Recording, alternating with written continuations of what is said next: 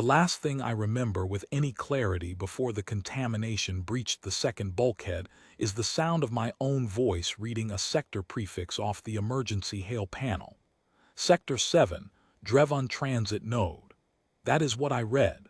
That is what I believed I was transmitting. The panel was cracked along the lower third of its face, a hairline split from when the first pressure event threw me against the nav console, and the digit display had been strobing in and out since machinist second 12 reported coolant loss in the relay housing below. I should have verified the prefix on the backup display before I keyed the hail. I have thought about that many times in the weeks since. I did not verify it. I read the strobing digits as a 7 and I transmitted a 7, and the prefix I actually sent was 8.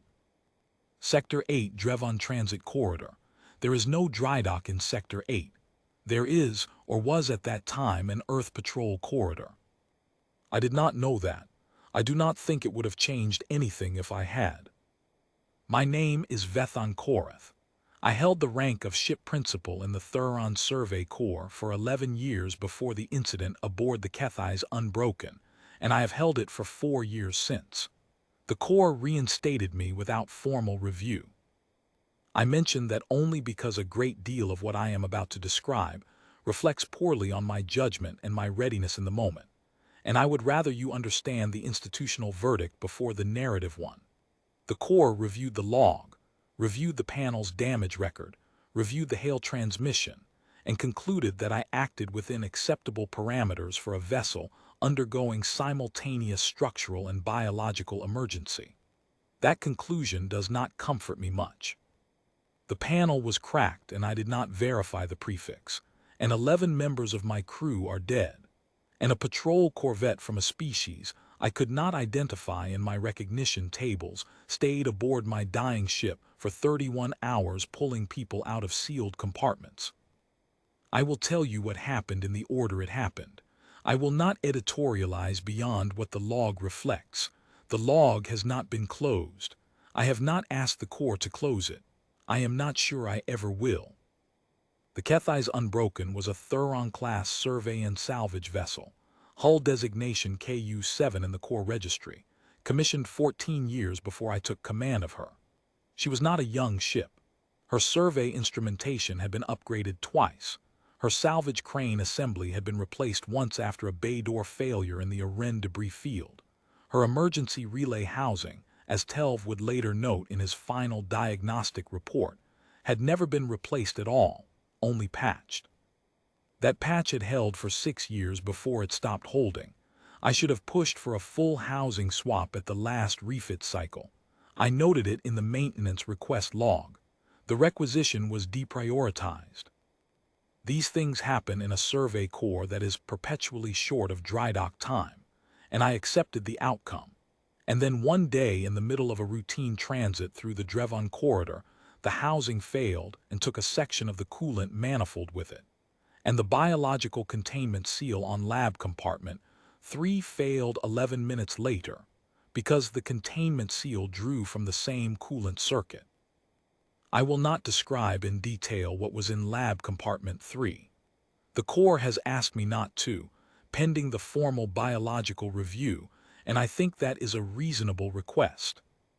What I will say is that the Thuron Survey Corps authorizes collection of biological samples from uninhabited or minimally inhabited survey zones, and that the samples in Lab 3 had been properly sealed and tagged and logged under the standard collection protocols for the entire 8-week transit preceding the incident, and that when the containment seal failed, the samples did not remain samples. They became something else. Something that moved through the atmospheric processing ducts of the lower engineering section with a speed and a methodology that my senior medic, practitioner Osil Vaughn, described in her first report as purposeful. I don't think Osil used that word carelessly. She was precise in her terminology always. She chose purposeful because it was accurate. The first contamination alert came through at 3:17 ship time. I was on the bridge. I'm often on the bridge during transit. I sleep poorly in motion, and I have found it easier simply to remain at the console through long corridors than to lie awake in my berth. When the alert came through, I acknowledged it and opened a channel to engineering. Telv answered. He told me we had a containment failure in Lab 3 and that he was sealing the section. I told him to seal it and report. He told me he was already in the process of sealing, and that the atmospheric duct leading from Lab 3 toward the secondary processing bay was showing anomalous pressure. Anomalous pressure meant the ducts were occupied. I ordered a full section lockdown of engineering decks 1 through 3. That was the correct response.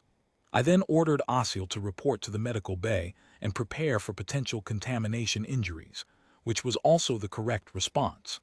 I then stood at the bridge console for approximately 40 seconds trying to decide whether to file an emergency alert with Sector 7, Drevon Transit Node, or to wait until I had a clearer picture of what we were dealing with. I decided to wait.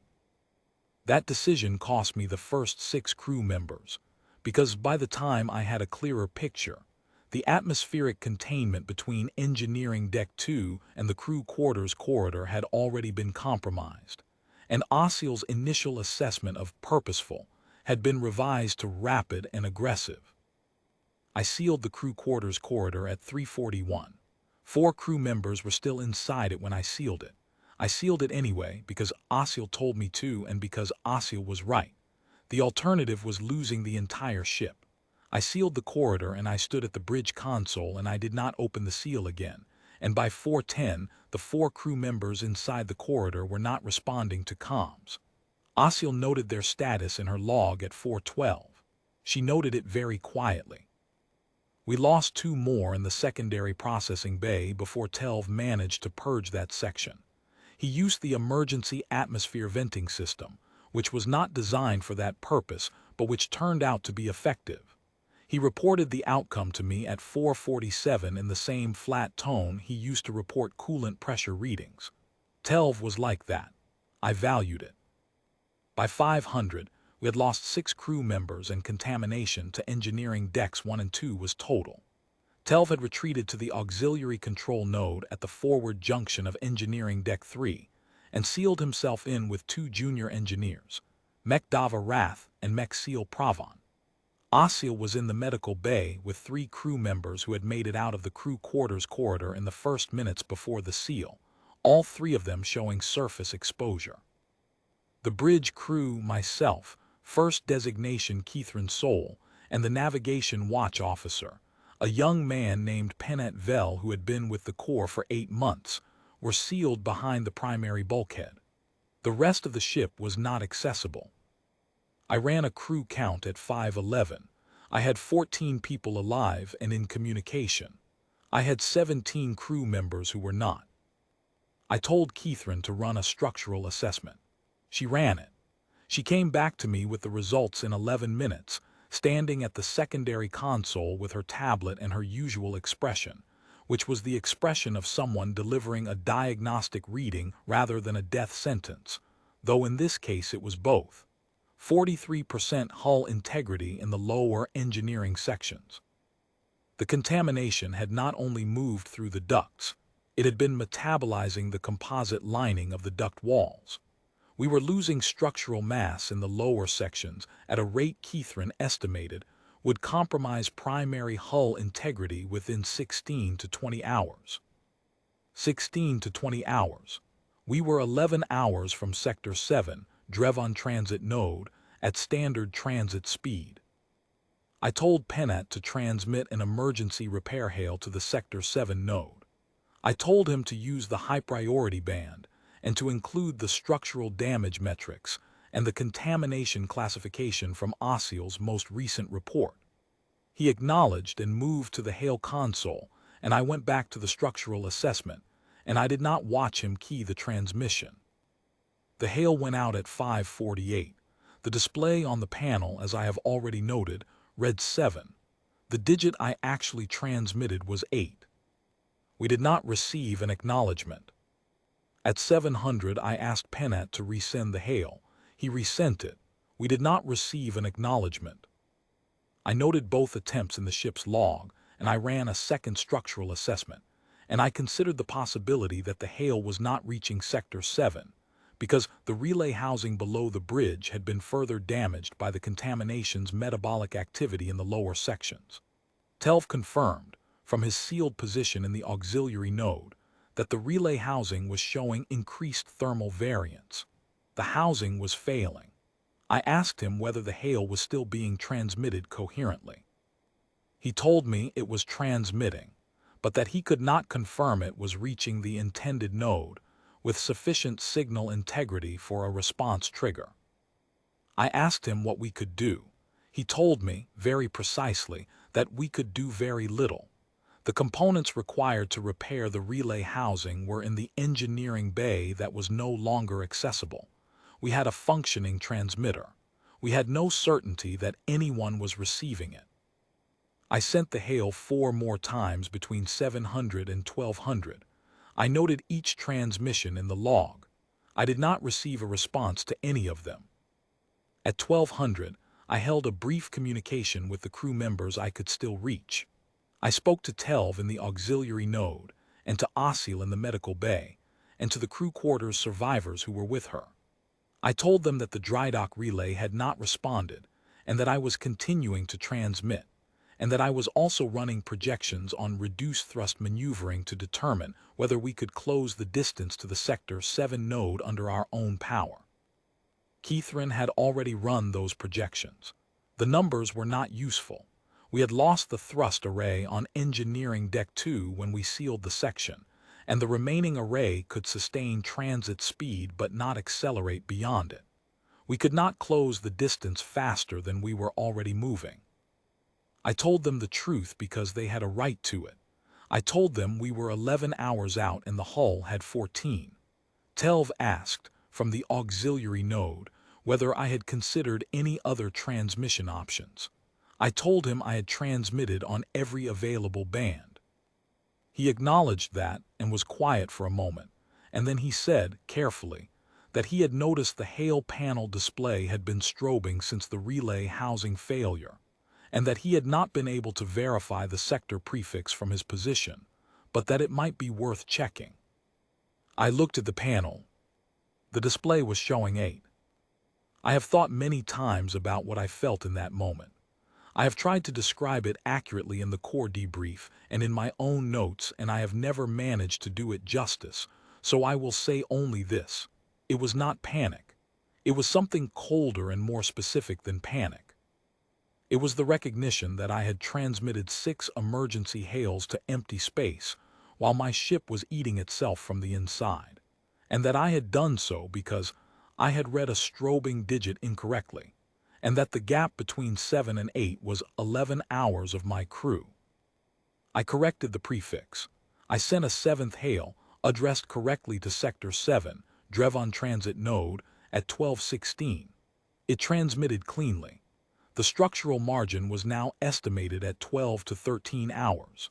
The dry dock node acknowledged receipt at 12:29 and advised that their nearest available dispatch vessel could reach our position in 19 to 22 hours. 19 to 22 hours. The ship had 12 to 13. I acknowledged the dispatch notification and thanked the node operator by the formal courtesy of his title and closed the channel. And I stood at the console for a moment looking at the acknowledgement on the screen, and I did not say anything. Keithrin, standing beside me, also did not say anything. Penat, at the navigation console, was looking at the structural metrics, and I could see from the angle of his shoulders that he had done the same arithmetic I had done. I opened the crew channel. I told them that the dry dock dispatch would not reach us in time. I told them we had 12 hours of hull integrity and 20 hours until the nearest authorized vessel could arrive. I told them that I was going to continue transmitting on all bands, and that I was going to begin emergency compartment protocols to concentrate our remaining people in the sections with the longest structural projections, and that I would keep them informed of any change. I then closed the channel and told Keithrin to start the compartment protocols. She did. She was very good at it.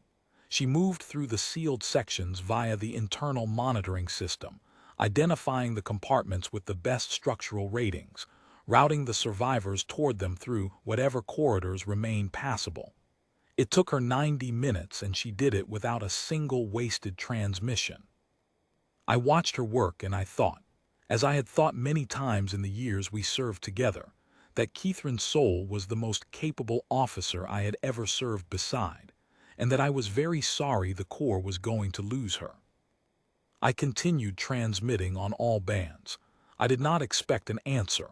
I transmitted because it was the only thing left to do that was not waiting to die. The response came at 1547.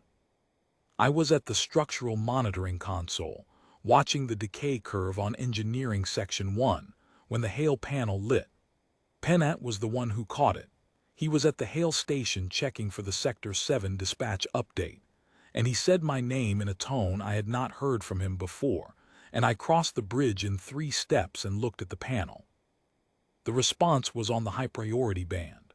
The signal identifier was not Sector 7, Drevon Transit Node. It was not any identifier in my recognition tables. It was a 7-character alphanumeric tag that my system cross-referenced against our entire identification database and returned a single result: unknown origin, non-hostile classification, no further data.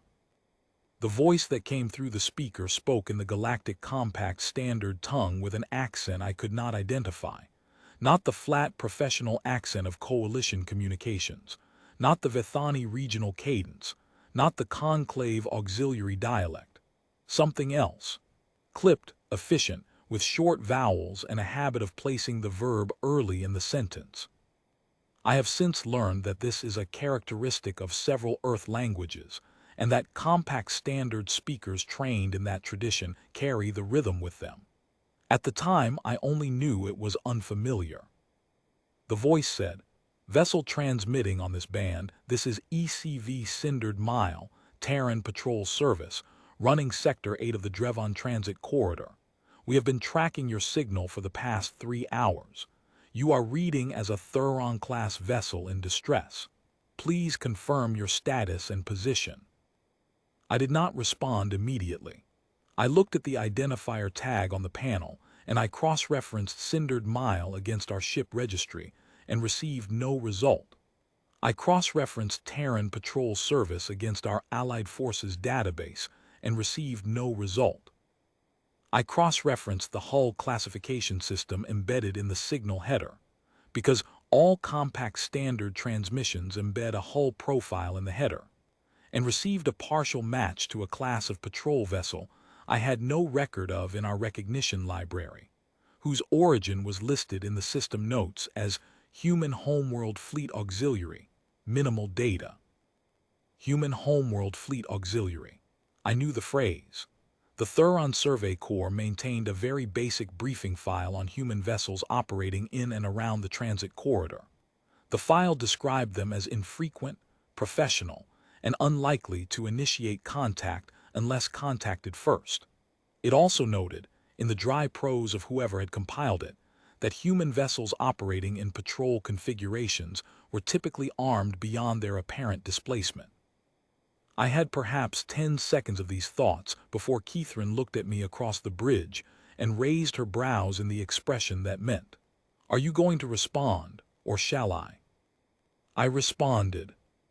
I told the *Cindered Mile my name and my designation and my hull status.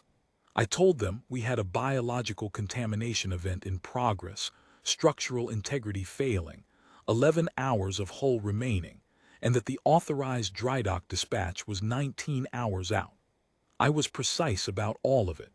I did not minimize or soften any number. I had a suspicion, which I cannot entirely explain except as an instinct built from 11 years of working, alongside different corps and different services in the field, that the crew of the *Cindered Mile would respond better to precision than to reassurance. There was a pause of approximately 4 seconds. Then the voice said, "Copy that, Kethai's unbroken. What's your biological classification on the contamination?" I read them Ossiel's classification from the medical bay report. There was another pause. Then, "And you've got survivors in sealed compartments." I told them 14 survivors, 4 compartment clusters, positions on the ship map. Another pause, shorter this time. Then, Kethai's unbroken, we're altering course to intercept. Current ETA your position 3 hours 20 minutes. We are not a dry dock vessel. We do not have heavy salvage equipment. What we have is 6 environmental rated crew and a full isolation protocol kit. If you can hold hull integrity for 3.5 hours, we can start pulling people out. I did not say anything for a moment. I had understood as soon as I heard the dispatch timeline from Sector 7 that the ship was lost. That was an arithmetical fact. 12 hours of hull, 20 hours until the authorized vessel. The ship was lost. The question was how many people would be inside it when it became uninhabitable, and I had run that calculation and the answer had not been good. What the asterisk cindered mile was offering me was not a ship repair. It was not a dry dock.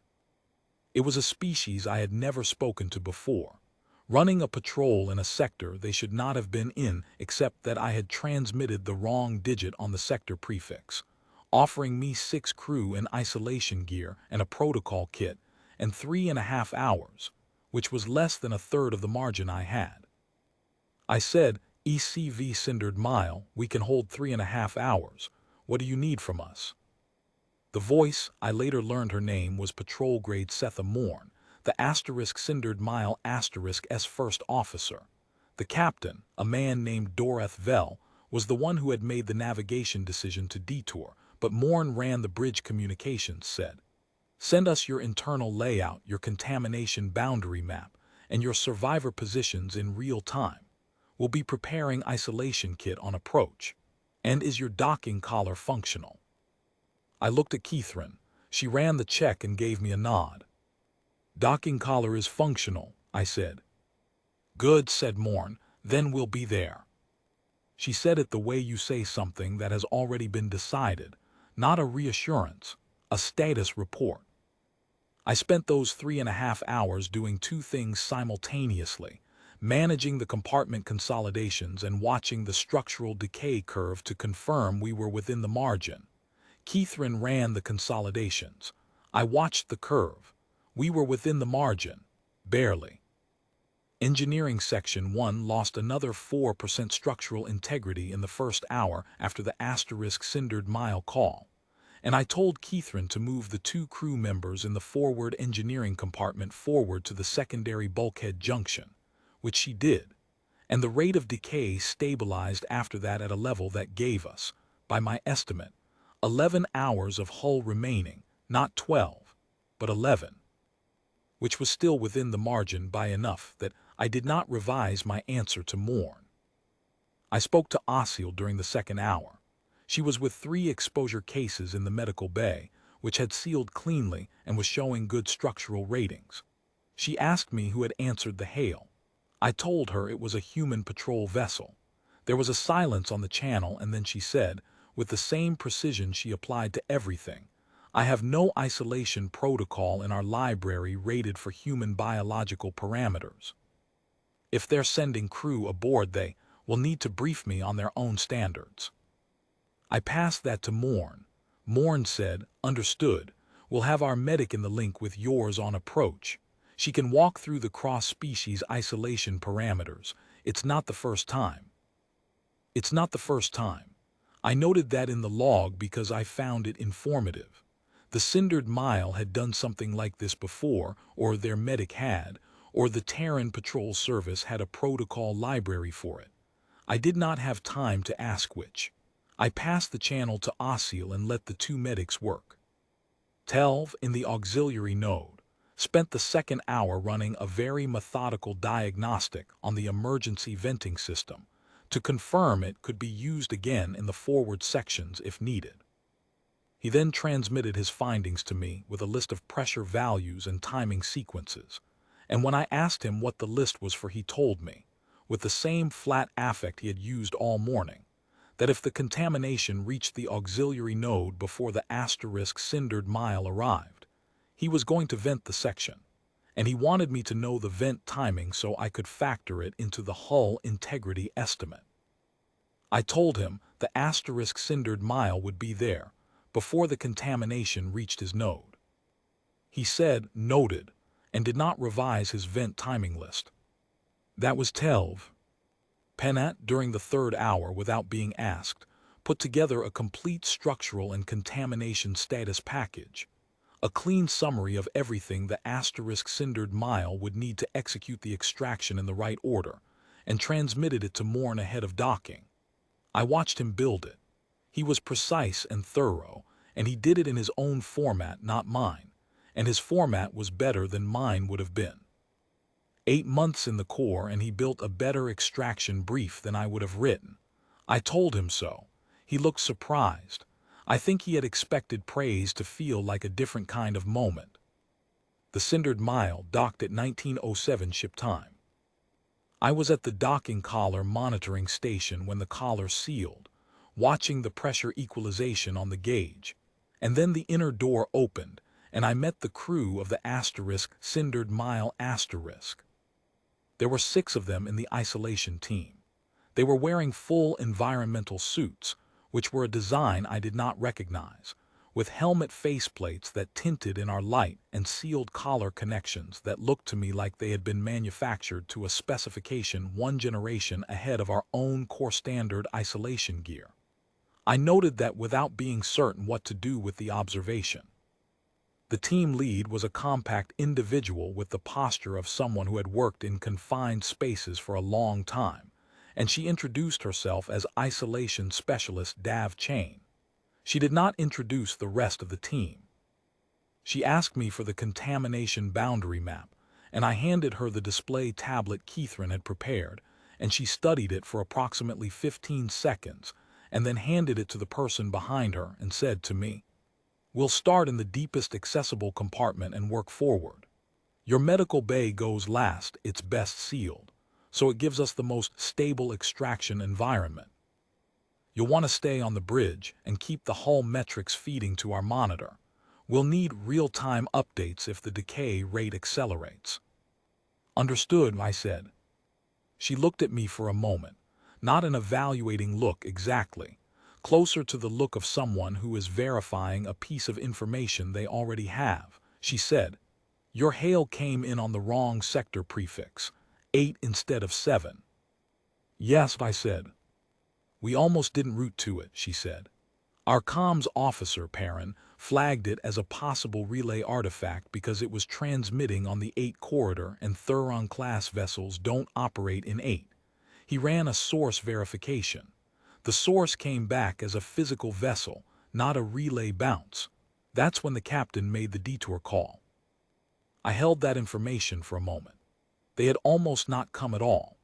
The route error that had sent my hail to empty space had been noticed as a route error, and a crew member I would never meet had run a source verification rather than filing the signal as background noise, and a captain I had not yet spoken to had made a navigation decision on the basis of that verification, and here they were in isolation suits on my dying ship.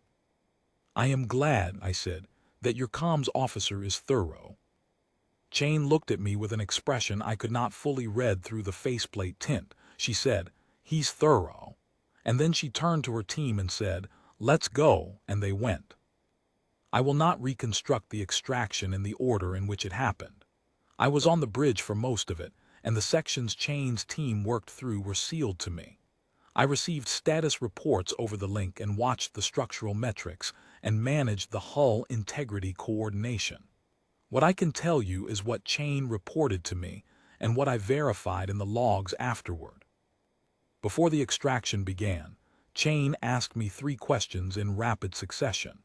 She asked whether any of the contaminated sections shared atmospheric circulatory systems with the compartments where survivors were held. I told her the sections had been hard-sealed and the shared systems isolated, but that isolation integrity was not guaranteed across all junctions. She asked whether the compartment cluster survivors had any exposed individuals who had been resealed into clean compartments. In other words, whether there was anyone who might be carrying surface contamination without knowing it. I told her about the 3 exposure cases in the medical bay and their positions. She asked last whether I had any reason to believe the contamination was reactive to standard decontaminant compounds. I told her I did not know what standard decontaminant compound she meant. She gave me a two-word chemical designation. I looked it up in Osceol's classification report and told Chain that the designation did not appear in the report, which meant we could not confirm compatibility. She said, "Then we'll use the full protocol on everything." She said it without inflection, as one states a logistical adjustment.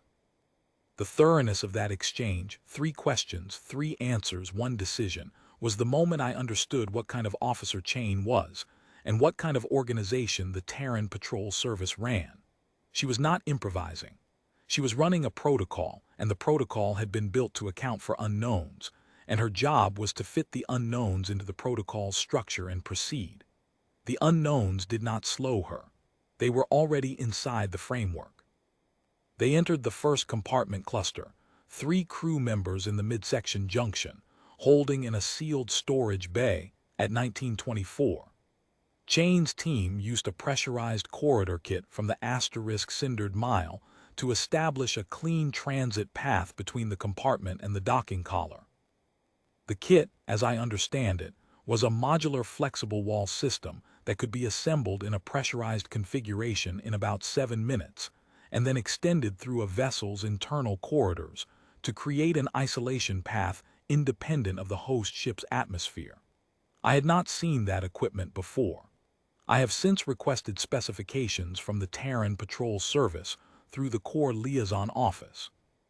The response I received was courteous and included a full technical specification package, and the note that the equipment was considered standard patrol kit by the Terran Service and had been for about 30 years. 30 years standard kit. While the first extraction was in progress, I sat at the bridge console and watched the isolation path's pressure telemetry on the link Chain had established with our monitoring system. The telemetry showed me nothing I could do anything about. It was informational, a status feed rather than a control feed, but I found I needed something to look at other than the structural decay curve. The path's pressure readings were steady. That was good. Stability in a pressurized corridor on a vessel whose internal structure was actively failing was not something I had expected, and when I mentioned it to Chain over the link, she said the kit's structural coupling system was rated for up to 30% hull flex variance. I did not ask what happened above 30%. I thought it was better not to know. Between the first and second extractions, I spoke briefly to Osceol. She told me the exposure cases were stable.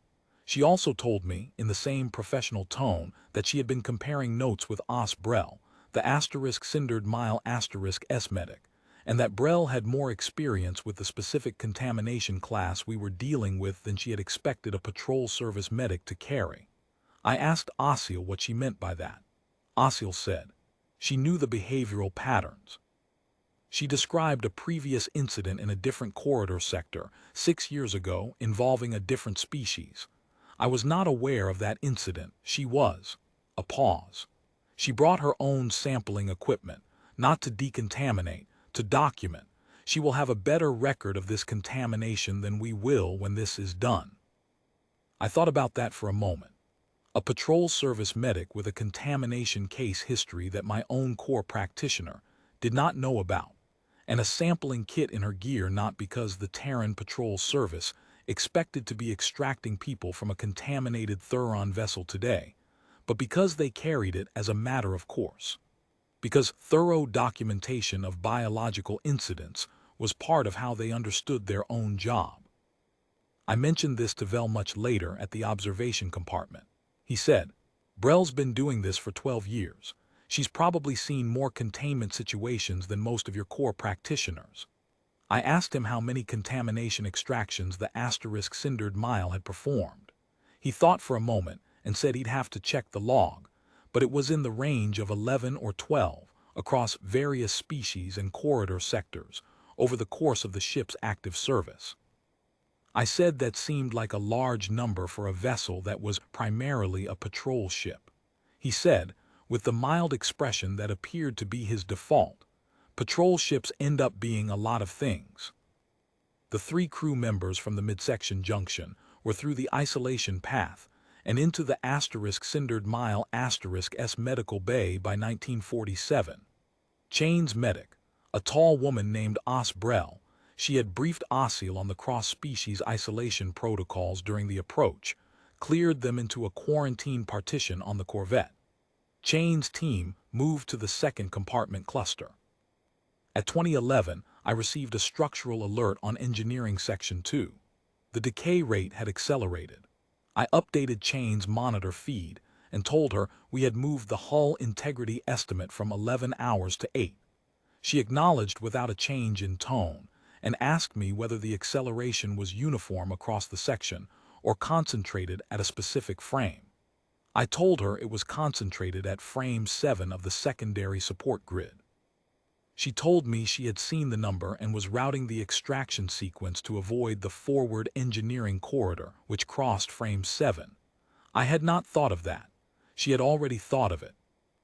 At 2021, she sent a brief message through the link that read, "Rerouting second path through secondary port corridor. Adds 11 minutes, still within margin." I acknowledged. 11 minutes added because the standard route was now compromised, absorbed into the schedule as a logistical notation. I found myself thinking about the isolation kit's pressure telemetry again, and the 30% hull flex rating, and the way Chain had taken my structural alert and immediately converted it into a routing decision. She had not asked me what to do. She had told me what she was doing. I was the ship principal of the vessel she was working inside, and she was treating me as a monitoring resource and a comms link rather than a decision authority, which was exactly the correct assessment of the situation. I was not in a position to make decisions about the extraction. She was. The second compartment cluster, Telv and his 2 mechanics, Arath and Pravon in the auxiliary node, came out at 2047, 11 minutes behind the original schedule, precisely as Chain had projected. Telv emerged from the isolation path with his diagnostic tablet under his arm and his vent timing list in his other hand, which he had apparently carried with him through the entire extraction on the premise that he might still need it. He was the last of the 3 out of the node. He handed me the timing list when he came through the docking collar, without commentary, and went through to the cindered mile s medical bay. I have that list. I keep it in my desk on the current vessel. I am not sure why, except that it seemed important to keep something of Telv's. The third compartment cluster was the exposure cases from crew quarters, 2 crew members. One had deteriorated during the wait and was non-ambulatory. Chain's medic handled that extraction personally, with a portable carry frame from the kit. They came through at 21:19. Keithrin and Pennant came through the isolation path at 21:34. Keithrin came through still carrying her structural assessment tablet, still running the decay metrics in real time, stopping at the collar junction to tell me that frame 7 was now showing 41% structural integrity and declining, and that she estimated total frame failure in approximately 6 hours. I told her she could stop running the metrics. She looked at the tablet for a moment and then put it down on the corridor floor, carefully, display up, and went through to the cindered mile Pennant followed her. He paused at the junction and looked back at the bridge at the console where he had spent most of the last 18 hours, and I saw something move across his expression that I could not name precisely. Recognition, maybe. The acknowledgement of a place you will not return to. He was 22 years old, 8 months in the Corps. He looked at the bridge for a moment and then he went through. The medical bay extraction, Osil and her 3 patients, was last, as Chain had indicated it would be. I went last of all at 22:03. The contamination had reached the upper engineering corridor by then. I could hear it in the hull, a faint, irregular vibration in the bulkhead behind the bridge that I had been hearing for the last 2 hours and had not mentioned in my reports because there was nothing useful to say about it. When I closed the bridge console for the final time, I shut down the navigation display last. I have no particular reason to tell you that except that it is what I did. I walked through the isolation path and through the cindered mile S docking collar and stood in the Terran vessel's entry bay, and the inner collar door sealed behind me, and I heard the sound of my own vessel stop, which is a sound I will not try to describe. Chain decontaminated me herself. The process took 40 minutes and involved equipment I did not recognize operated with a competence that suggested she had performed it many times. She did not make conversation during the process, which I appreciated. Afterward, she walked me to the cindered mile S forward observation compartment, which was a small room with a viewport looking out along the bow, and she told me the captain wanted to speak with me when I felt ready. I told her I was ready. Captain Dorothy Vell of the ECV Cindered Mile came into the observation compartment a few minutes later.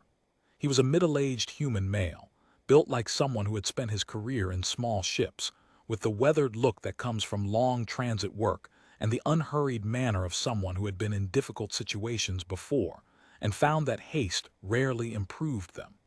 He sat down across from me, and he looked at me for a moment and he said, "Your ship is holding integrity. We're at 4 hours remaining on the hull estimate. We'll watch it until it's done." "You don't have to stay," I said. "You have your patrol run." "Patrol run can wait," he said. "We pulled your people off that ship. We'll see it out." I did not argue with him. I looked out through the viewport at the Kethai's unbroken, visible from the observation compartment at a distance of perhaps 300 meters, still intact, the pale blue-white of the Drevon Corridor's star band coming off her hull at the angle that had made me call her beautiful when I first took command of her, which I no longer had a name for. She was still transmitting, I noticed. The emergency hail was still broadcasting. I had forgotten to shut it down. I mentioned this to Vell. He said, "We know. We're logging it as active for the record."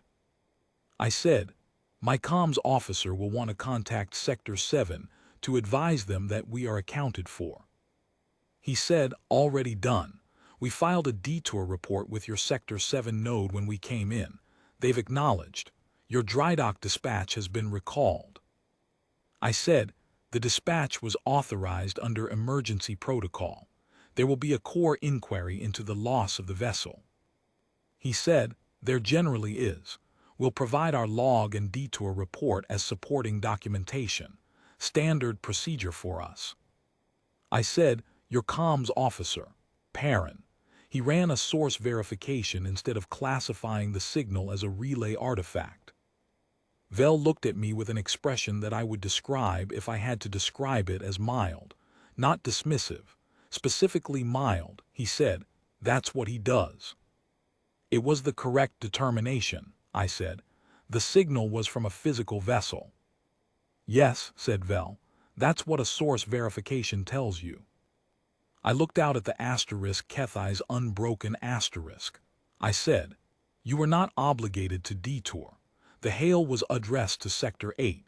You are a Sector 8 patrol, but the signal did not originate in Sector 8 and the Thuron Survey Corps does not operate in Sector 8. "Right," said Vell. "You detoured on your own authority." "Within protocol," he said. "Verified distress signal. We have authority to respond to verified distress within range." "The signal was addressed incorrectly," I said. He considered this for a moment. Then he said, "It was addressed to us." I said, "It was not addressed to you. It was a transposition error. The intended recipient was Sector 7. He looked at me with that mild expression again. He said, "Captain Korath, when a distress signal arrives, it doesn't matter much who it was aimed at. The question is who's in range to answer." I did not respond to that immediately. I looked out at the Kethai's unbroken, and I thought about the 6 hails I had sent into Sector 8, the empty sector, the wrong sector, believing I was sending them to a drydock relay that never received them.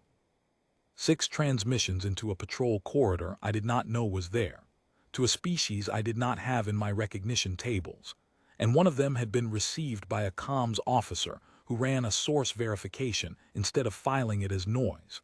and that comms officer's captain had made a detour decision, and 14 people from my crew were in a quarantine partition on the other side of the bulkhead, instead of in the hull of a ship that was now 4 hours from structural collapse. I said, the Thuron Survey Corps will want to formally acknowledge the service rendered by the *Cindered Mile and the Terran Patrol Service. Vel said, you can do that if you want, we'll accept a formal acknowledgement. It will be more than a formal acknowledgement, I said. He looked at me and something in his expression shifted fractionally. Not pride, not satisfaction, something quieter than both of those. He said, let's see how your crew does in recovery first, then we'll talk about the paperwork. He left the compartment a few minutes later. I stayed at the viewport. At 1:43 ship time, 6 hours and 40 minutes after we sealed the Cindered Mile S docking collar behind us, the hull of the Kethai's unbroken failed at frame 7 of the secondary support grid, exactly as Keithran had projected, and the structural cascade that followed was complete within 4 minutes. I watched it from the viewport. The crew of the Cindered Mile watched it with me, the ones who were off rotation. They had drifted into the observation compartment quietly during the final hour, standing at the viewport in ones and twos, not saying much. When it was done, one of them, I did not ask her name, said something quietly to the person beside her in a language I did not understand, and the person beside her nodded. I do not know what she said. I have not asked. Some things are said in the register appropriate to them, and that register was not mine to translate. Vel filed his detour report at 200. I saw the transmission note on the Cindered Mile comms panel when I passed through the forward corridor. Perrin, the comms officer, the one who had run the source verification, was at the panel. He was a young man, younger than I had expected, with the focused look of someone in the middle of a task that required his full attention. He did not look up when I passed. I wanted to say something to him. I am not sure I found the right words. I stopped in the corridor and I said, Officer Perrin. He looked up. I said, your source verification on the Sector 8 hail. You filed it as a physical vessel contact instead of a relay artifact. He looked at me for a moment and then he said, the signal pattern was wrong for a relay artifact. Relay bounce signatures have a characteristic phase delay. This one didn't. You could have logged it as an anomaly and moved on, I said. He looked at me with an expression I recognized, though it took me a moment. It was the same expression Pennant had used when I praised his extraction brief. Slightly surprised, as if the observation was self-evident and did not require comment. He said, I could have, but it was a physical vessel. I said, yes, it was. He went back to his report. I went back to the corridor. We arrived at the Sector 8 transit station 2 days later. The station was human-administered, which I learned only when we docked. I had not known there was a human-administered station in Sector 8.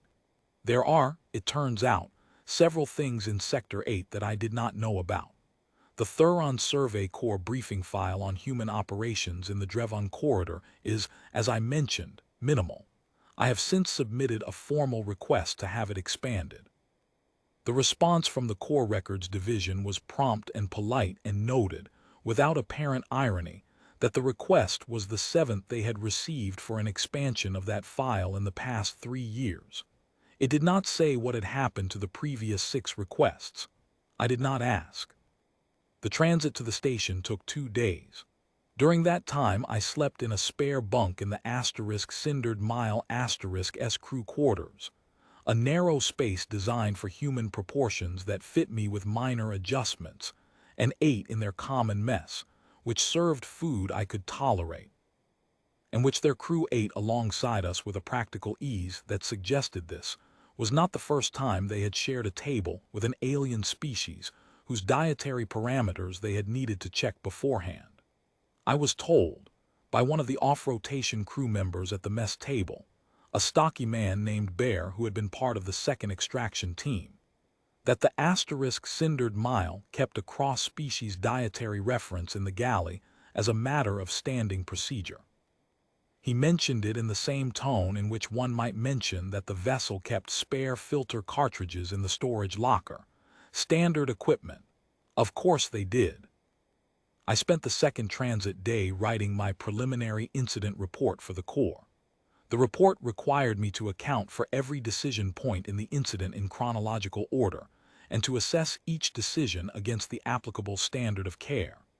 It was a form I had filled out twice before in my career, both times for minor events with minor consequences, and filling it out for this event was a different experience. I found that the decisions I had made correctly were not difficult to describe. They were within standard parameters, and the language existed for them. The decisions that had cost me crew members, the 6-hour wait before transmitting, the failure to verify the sector prefix, required a different register, and the form's language was not quite adequate to it. I used the form's language anyway, because that is what the form is for, and I added supplementary notes where I felt the standard language was insufficient, and I submitted the report to the Corps via the asterisk cindered mile asterisk S relay, with a copy to Vell's log for his own documentation. Vell read it, or at least acknowledged receipt of it, and sent me a one-line note, noted and attached to our detour report. That was all. I found that sufficient. At the station, my crew was transferred to a Thuron Corps courier vessel that had been dispatched from Sector 7 when the asterisk cindered mile asterisk filed its detour report. The courier's crew were professional and courteous and slightly stunned. I could see it in the way they looked at the asterisk cindered mile asterisk S crew at the transfer pier, with the particular expression of people who have been briefed on something and are finding the briefing inadequate to the reality. They had been told a Terran patrol vessel had responded to a distress call. They had not fully processed what that meant until they were standing next to one. I shook Vell's hand at the pier. He had a firm grip and no ceremony about it. I shook Morn's hand. I shook Chain's hand, and she told me the non-ambulatory crew member from the third compartment cluster, a young woman named Cecil Prav, 3 years in the Corps, was showing good recovery markers and would likely be cleared within the standard medical hold period. I thanked her. She said, "That's our medic's report, not mine." She did the work. I shook Perrin's hand last. He was brief about it. He had the manner of someone for whom handshakes are a formality they participate in but do not originate. I held his hand for a moment and I said, "I owe you a source verification." He looked at me. He said, "You owe me nothing. It was the correct classification." I said, "I know. It was still the thing that made the difference."